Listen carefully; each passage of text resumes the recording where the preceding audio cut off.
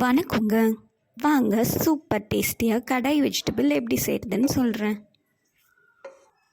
ஒரு கடாயில் ஒரு ஸ்பூன் ஆயில் ஆட் பண்ணிக்கோங்க. இந்த கிரேவிக்கு நம்ம என்ன வெஜிடபிள் வேணால் ஆட் பண்ணிக்கலாம். மஷ்ரூம், பொட்டேட்டோ எது வேணால் ஆட் பண்ணிக்கலாம் உங்களுக்கு பிடிச்ச மாதிரி. நான் இப்போது கேரட், பீன்ஸும் காலிஃப்ளவரும் ஆட் பண்ணியிருக்கேன்.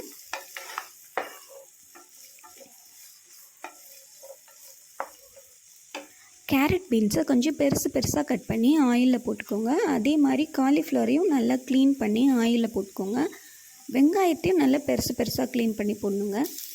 இதெல்லாம் போட்டு ஒரு ஹாஃப் குக் பண்ணி எடுத்து நல்லா ஃப்ரை பண்ணும்போது ஒரு பாதி மட்டும்தான் வேகணும்.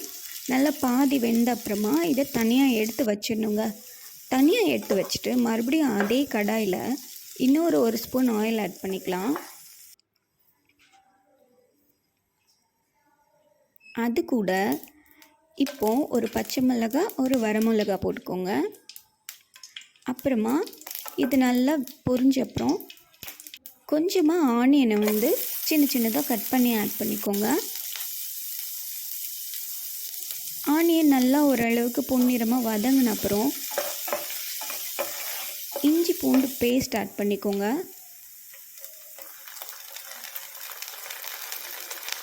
இந்த இஞ்சி பூண்டு பேஸ்ட்டு நல்லா வதங்கணுங்க, பச்சை வாசம் போகிற அளவுக்கு. இதை நல்லா வதக்கிக்கோங்க.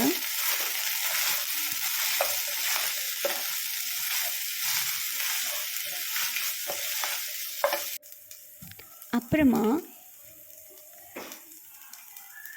ஒரு 2 தக்காளியை நல்லா அரைச்சி வச்சுக்கோங்க. அதையும் இது கூட ஆட் பண்ணிக்கோங்க. அப்புறம் 1/4 ஸ்பூன் மஞ்சள் தூள், 1/2 ஸ்பூன் மிளகாய்த்தூள், 1 ஸ்பூன் மல்லித்தூள்,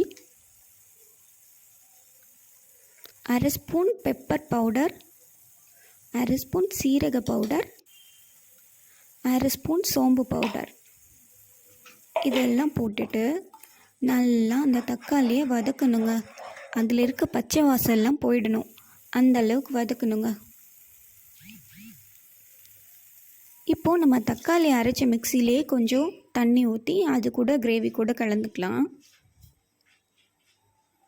அப்புறம் இந்த கிரேவிக்கு தேவையானது உப்பு ஆட் பண்ணிக்கலாம்.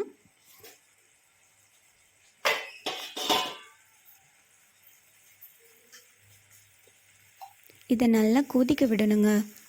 ராஸ்மலெல்லாம் போகிற அளவுக்கு நல்லா கொதிக்க விட்டுட்டு நம்ம தனியாக இப்போ வெஜிடபிள்ஸ் எடுத்து வச்சுருக்கோம்ல, அதெல்லாம் எடுத்து இந்த கிரேவி கூட ஆட் பண்ணிடணும்.